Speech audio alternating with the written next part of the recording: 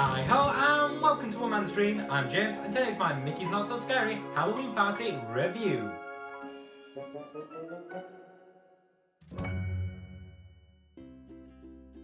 I will be giving out tips and tricks throughout this video, so make sure you listen to them to make sure that you have a great time at Mickey's Not So Scary Halloween Party.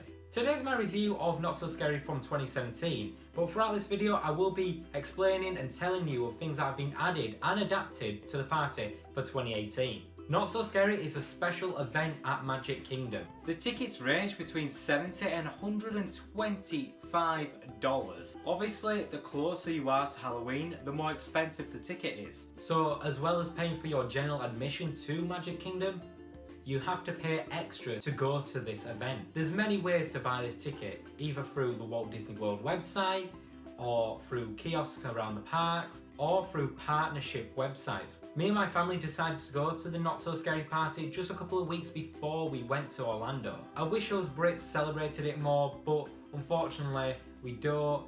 And if I'm being honest, it did make it a bit more special when going to Not So Scary for the first time, because Americans do celebrate it a lot and they are quite big with Halloween, and that made it extra special for us Brits. One thing that stands out throughout the parks are the Mickey pumpkins. I love these because they're all throughout the Magic Kingdom, especially throughout Main Street USA. There's one like every 5 feet, which is amazing.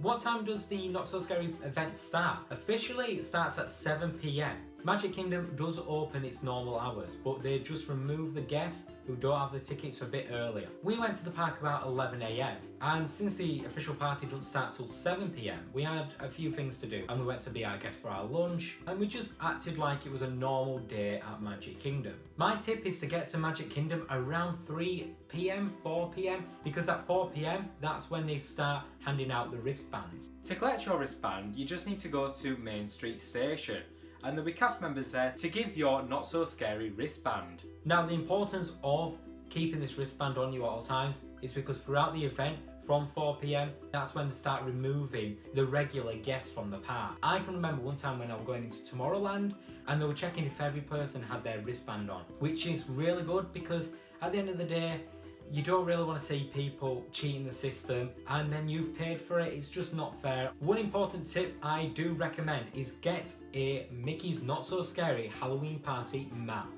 Now, this is essential for the event. With this map, it tells you when the shows are, where characters will be, where the trick-or-treating is, everything to do with this event. In my opinion, the main reason why you would go to Mickey's Not So Scary is for the entertainment. There are 3 shows at Not So Scary, and they are Hocus Pocus Villain Spelltacular, Mickey's Boo to You Halloween Parade, and Hallowishes Fireworks Show.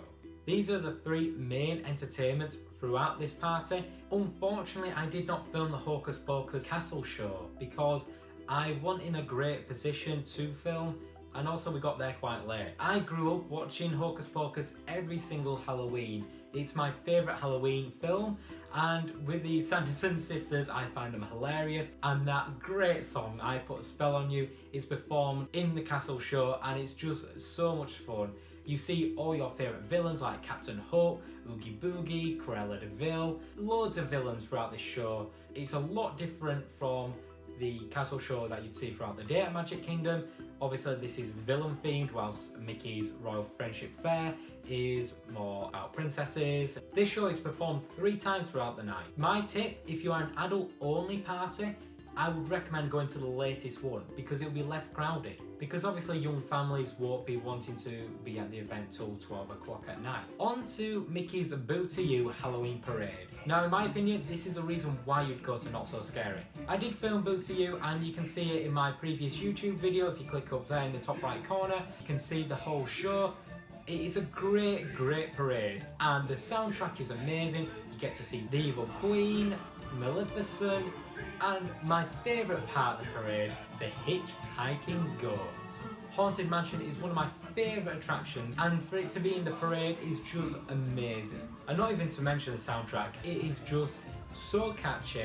This parade is shown twice per night. Like I said for the castle show, if you're an adult only party, go to the later parade as this will not be as busy as the first one. The third and final main entertainment at Not So Scary is Hallowishes. So basically this is a Halloween edition of Disney fireworks. There are so many good scenes throughout this show. They use Halloween songs including Grim Grinning Ghosts, which is just fantastic. This is only showed once throughout the party, so make sure you get there early enough to get a good spot. Cast members do say that you can view this show anywhere throughout the Magic Kingdom.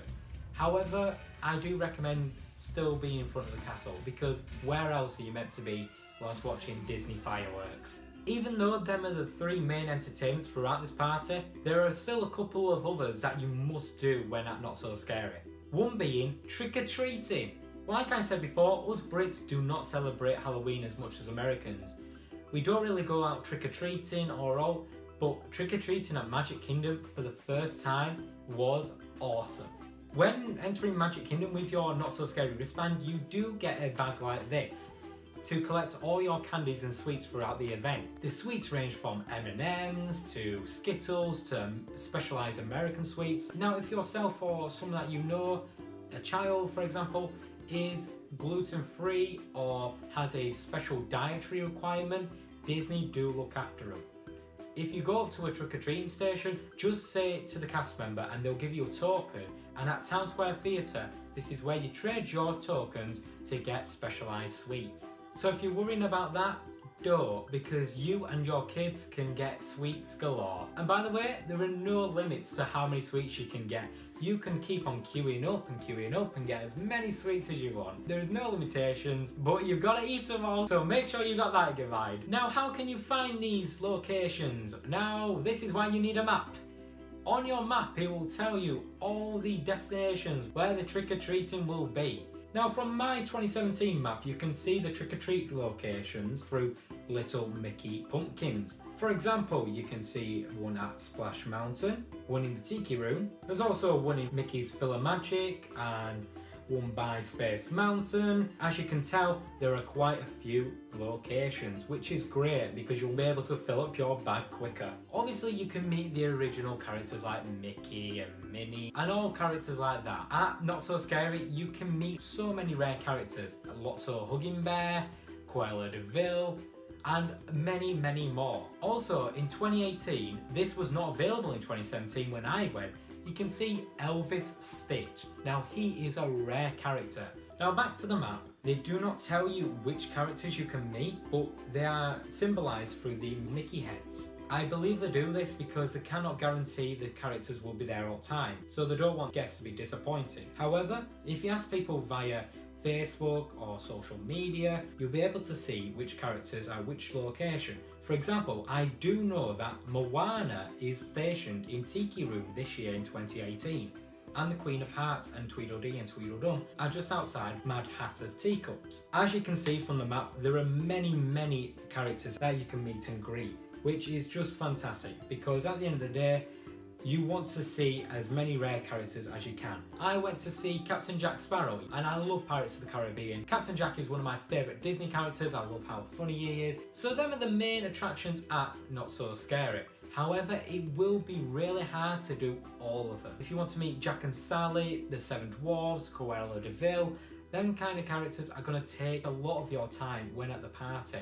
So then you might not be able to do trick-or-treating. So you need to really plan before you go. We really wanted to use this time to do things at Magic Kingdom that we wouldn't have time for a regular day. Also, we met Talking Mickey. It was a great interaction. I believe we only waited about half an hour, 40 minutes, when on a normal day, when he was there, you'd be waiting 2.5 hours just to meet him. This is the reason why I went to Not So Scary. So we could do things that we couldn't do on a regular day. Like the Seven Dwarfs Mine Train, you would be queuing about 3 hours on a normal day. We only waited 20 minutes at the party. Now, when do you ever hear Seven Dwarfs Mine Train only being 20 minutes? That is just ridiculous. In 2018, there are so many new things that have been added to Not So Scary, like Space Mountain. Space Mountain at Not So Scary is pitch black and has super loud music throughout, which sounds amazing. When you go to the event, there's also special merchandise and snacks. I did get a Haunted Mansion chocolate tort, which was delicious. I didn't get any merchandise, which I really regret. Please do get merchandise because it is a great way to remember your memories at the Not So Scary event. There's also special magic shots you can get throughout this party, so make sure you look at the map and see where these magic shots are. Another great thing you can do at this event is dressing up. You can dress up whoever you like. Yes, there are some rules. Look out for these rules on the Walt Disney World website to make sure that your costume is okay to have in the park. I know a lot of people prepare their costumes months in advance before they go to the party. You can do whatever you want, whatever you're comfortable in. Some people just Disney bound, some people do cosplay, like go full out. Some costumes are so good, and that is one reason why I love this Not So Scary party, because you could see so many people enjoying themselves. Would I recommend Not So Scary? Yes. Like I said before, us Brits don't really celebrate Halloween, and to do it in America was just awesome. I loved this event. I think it's a bit pricey if you do not appreciate Halloween or don't do everything that has been offered. Yes, I can understand why you would say it's too expensive for that reason if you don't do everything. But for me, I enjoyed it and I cannot wait to visit again in the future. So that was my review of Not So Scary and a few tips and tricks thrown in. If you've enjoyed it, please like and comment down below, and please subscribe to the channel as it does mean the world to me. I do have Instagram and Twitter _onemanstream_. Please follow me, I really appreciate that as well. As always, I do have an email address, james.onemanstream@gmail.com. Please email me any questions for your upcoming trips, or if you've got any questions about Not So Scary. So that's it. Thank you for joining me today. I'm James, this is One Man Stream, and I'll see you real soon.